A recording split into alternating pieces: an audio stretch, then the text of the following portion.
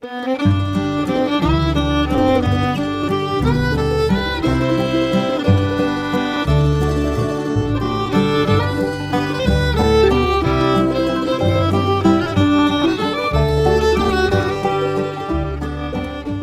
morning, Oregon. I'm Finn J.D. John, FJ at OffbeatOregon.com, and this is the Daily Offbeat Oregon History Podcast. Today, for your listening pleasure, we have an archive show, first published as a newspaper column and podcast episode sometime in the last 10 years. Thanks for listening, and I hope you enjoy it. This story was first published on August 25th of 2019 under the headline, "Bad Climbers Kept Getting Stuck on Haystack Rock." Here we go. One could think of late June and early July of 1968 in Cannon Beach as the summer of the dead baby birds. On June 28th, at the height of the nesting season, a 23-year-old man from Portland had scrambled up the side of Haystack Rock, the iconic intertidal sometimes island that towers nearly 200 feet over the beach and sea by Cannon Beach, and gotten stuck at the top. It wasn't common for people to climb the rock, but it wasn't exactly unheard of either. The problem was it was a very difficult and dangerous climb, especially on the descent. So only two kinds of climbers attempted it: highly skilled mountaineers who were up to its challenges, and rank amateurs who were too ignorant and inexperienced, and/or stupid, to recognize how much more difficult it was going to be to get up than it would be to go down. Everyone else, noticing what a bag of snakes the descent was going to be, turned around at the base. The result was that a significant percentage of the climbers who tackled Haystack Rock ended up needing to be rescued with a helicopter. And the process of rescuing a stranded climber from the top of Haystack Rock with a helicopter was, to put it mildly, hard on the local wildlife. The first climbers to tackle the rock, so far as is known, were three experienced German alpine climbers in 1929. In the mid-1930s, local lifeguard Earl Hardy took to climbing it somewhat regularly, actually going so far as to cut handholds in the rock with a hammer and cold chisel. Others tried. Some failed. People got hurt. For the most part, locals figured it wasn't a big deal. Most of them felt that if some daredevil idiot tried to climb the rock and got hurt, that was unfortunate, but society was not a nursery school, and government should not be in the business of deciding what people are allowed to do based on whether it thinks they are competent enough to not hurt themselves. So the shows went on, and nothing much changed. That is, until 1953, when a number of aspirants took it on, and for the first time their failures caused substantial problems for others. A trio of Portland climbers were the first to tackle it that season, apparently successfully. But then two other young men, Portlander Sherman Willits and Iowan Jim Curtis, took the rock on with considerably less success. They got to the top and back down all right, but on the descent found themselves stuck at the seaward end of the big rock, and it was high tide, and it would be until the following morning. Curtis solved this problem by jumping into the sea, intending to swim ashore through the breakers. History does not recount whether Mr. Curtis brought a flask with him that day, but it does seem likely given the decision that he came to.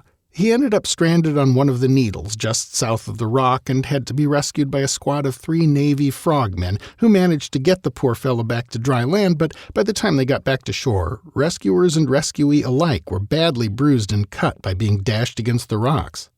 Willits, rather sensibly, opted to resign himself to a miserable night on the rock and wait for the next morning's low tide, but luckily for him, someone had noticed all the nesting birds he'd disturbed, and the Coast Guard spotted him and rescued him with a helicopter. The helicopter. Here we come to the core of the problem with climbing that rock and the immediate cause of all the dead baby birds. Helicopters, invented in the form we know today just before World War II and popularized just afterward, were still very new in 1953. Just 5 years earlier, this elevator-in-the-sky method of rescue had not been available to idiots who climbed dangerous rocks and didn't think they could make it down. So any idiots who did so ended up having to just do the best they could. There was no alternative. Well, now there was. But the 1953 season made it clear that this wasn't an unmitigated miracle. Helicopters, of course, basically fly by hanging on a propeller. They have to continually push their weight in air plus a little more downward to stay aloft. In 1953, when the little bubble canopy Bell 47 was the most common copter, that was already a good bit of air. By 1968, when the Coast Guard was flying full-size jet turbine-powered Sikorsky HH-60s as its ambulances in the sky, it was an enormous amount. So when, 15 years later, young Richard O. Willis, standing atop Haystack Rock at the height of the nesting season in 1968, signaled his distress to the watching beach patrol, he was essentially summoning a hurricane to his rescue. That hurricane soon arrived in the form of U.S. Coast Guard Lieutenant Alexander Klimchuk's rescue chopper. "I went down slowly so the birds could get out of the way, but I wasn't going to hover 100 feet above the rock just to save a cormorant," Klimchuk told Portland, Oregonian reporter Jim Cadera. "We are in sympathy with the birds, or else we wouldn't fly. We don't like to disturb birds, but we aren't going to tell a guy to climb off a rock by himself just to save birds. One human life is worth more to us than all the birds on the coast."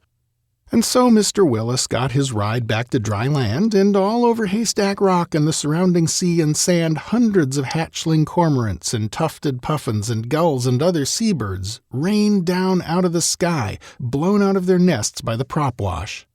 Local resident Jack Bentley told reporter Cadera that more than 100 dead baby birds washed ashore the next day, and that's just the ones that were found. Of course, he may have been exaggerating to some extent. By the time this happened, Haystack Rock had, the previous year, been designated a bird sanctuary. There had been a certain amount of controversy over this locally because it happened in the context of a noticeable clamping down by authorities on what you might call freedom of beach use. There was a small but growing movement to exclude cars from the beach, for one thing. Until 1985, it was illegal to drive a car on the beach at Cannon Beach.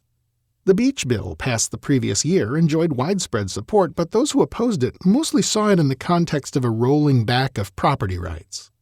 The Department of the Interior hadn't specified that nobody was allowed to enter the bird sanctuary. After all, birdwatchers were a big part of why there were bird sanctuaries at all, and if birdwatchers couldn't come watch birds, they might withdraw their support.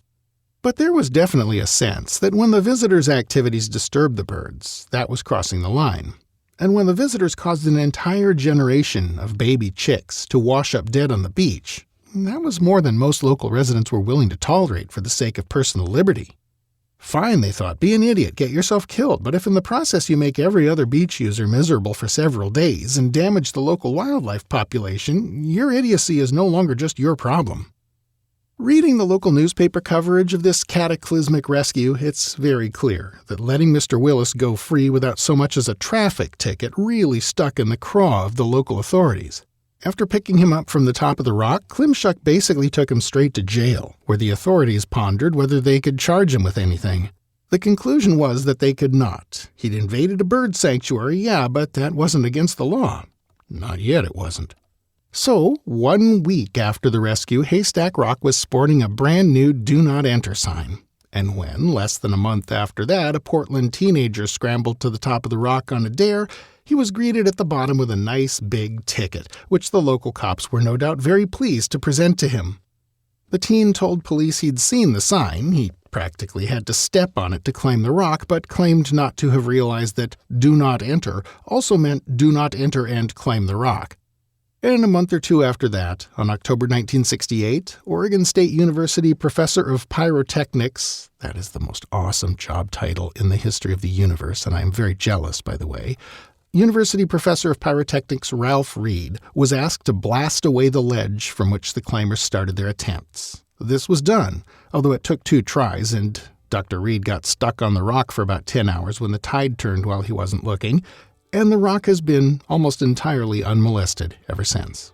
Today it's part of the Oregon Islands Wildlife Sanctuary, as are all the rocks and islands off the Oregon coast except for Tillamook Rock, site of the Tillamook Rock Lighthouse, and it's illegal to set foot on them or even fly a drone within 2,000 feet of them. Key sources in this story included works by Emma Edwards, the Facebook page of the Cannon Beach History Center and Museum, and the archives of the Portland Oregonian for June to October 1968. Well, that's our show for today. Thanks again for listening, and I do hope you enjoyed it. This podcast is part of Offbeat Oregon History, a public history resource for the state we love. Check out our hub page at offbeatoregon.com to explore all the other things we do or to find full citations and visuals that go with today's show. This podcast is covered under a Creative Commons license. For details of that, see offbeatoregon.com/cc. Our theme music is by the Atlas String Band and was written by Carmen Ficarra. Listen and download more at atlasstringband.com. Offbeat Oregon History episodes are uploaded every weekday morning at around 6 a.m., so it'll be a couple of days before you get your next fix. Until then, go out and fill up the rest of the day and the subsequent weekend with good stuff. Bye now.